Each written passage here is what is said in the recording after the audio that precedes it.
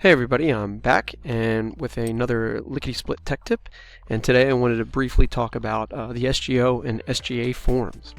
With that being said, I wanted to go over where you can find them on our website, how you can customize and save the template that I have created, how the SGO and SGA form works, and how you can put in the data, and then an easy printing solution. So let's get started with that.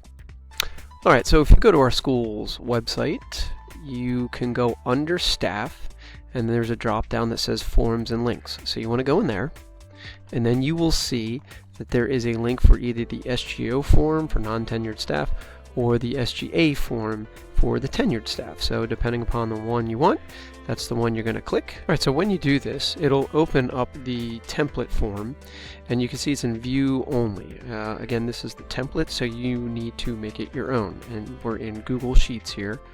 So what I want to do is I'm going to File, make a copy, and instead of copy of, I would encourage you to put the grade that you're doing, and you could put the date, okay, and you could just keep SGA.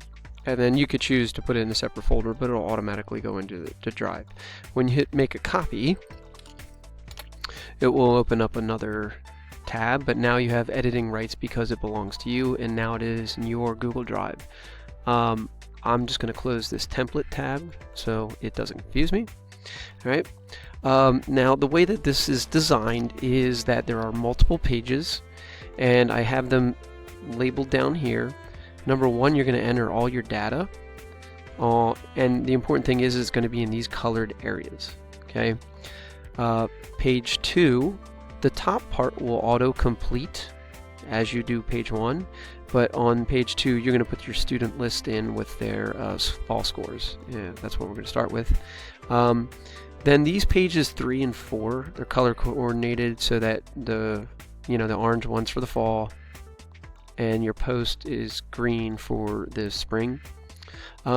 Really, you should not have to type or do anything on these two pages. They're just for printing purposes. The goal of this is that you enter all of your data in these colored areas. It will auto-populate the printing forms. So the one thing I do want to pay attention to is I want to double click so I can see my cursor go in there. Alright, so we're going to put our type as we go, and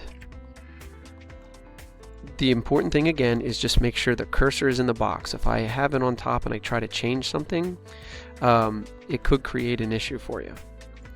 Okay, so we're going to go through here.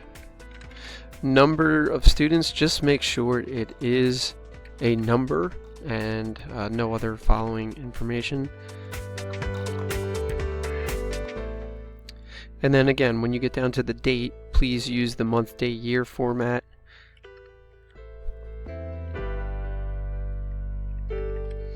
And again, with the number of students, you're using just a whole number.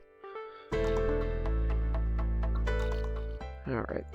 Now, with the rationale in these longer pieces of information, if you want to do a copy and paste, like from another document, what I would recommend is just highlight that whole thing from the other document.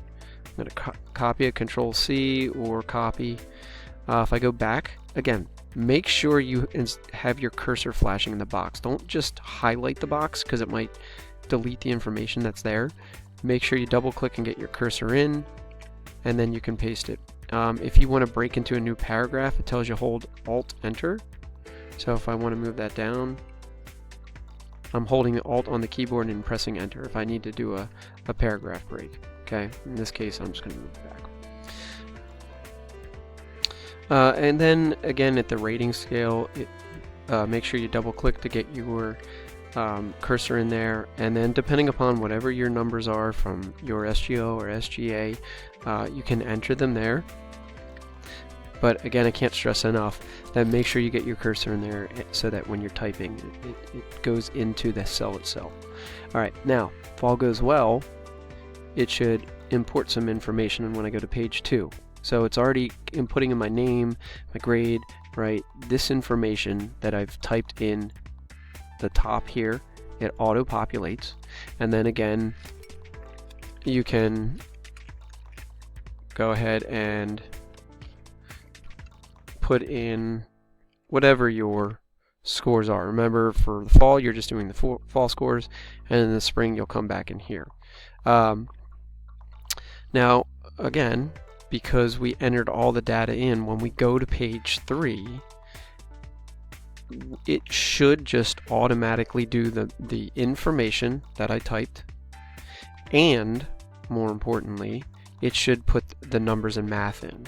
A lot of people want to like double click and type their stuff in here, but the problem is that there's formulas in there and it's importing from this page 1. So if you go ahead and double click and delete what's in there, it's going to mess up all the formulas that's doing the math for you. So if, again, you enter the information in on page 1 in all the highlighted boxes, then on page 3 you should just have to print this. Okay, when you go to print, one suggestion I'm going to suggest is page 1 is to make sure it can see everything. In the scale, I would recommend fit to page, because then if it gets a little long, it all puts it on one page instead of 2. And then you can put your margins on narrow if you want, or you can go back to normal. It's completely up to you, but I would suggest fit to page. And then when you go to next, you want to go ahead and select the printer that you want, and then don't forget if you want it on 2 sides or one-sided to hit that drop down. And then when I hit print, it should be good to go. And then actually you could do the same thing on page 2, because you're going to need to print page 2 with your data scores. Okay, so when I go to print, now last time it suggested print to page. And the problem is that you might have a lot, you might have 50 students here, I don't know, and that's a little too small. So for this one, I would recommend fit to width, because then if it needs to be 2 pages, it's 2 pages. But that's really the only difference on your student lists. Okay, so you could print that one. And that's really it. Best part is that in the spring, if you know the name of it by your grade, SGA, and the year, you can just open your Google Drive, and then you can search the spreadsheet or the Google Sheet, the SGA, and then it should come up because it's in your Google Drive at this point. Alright?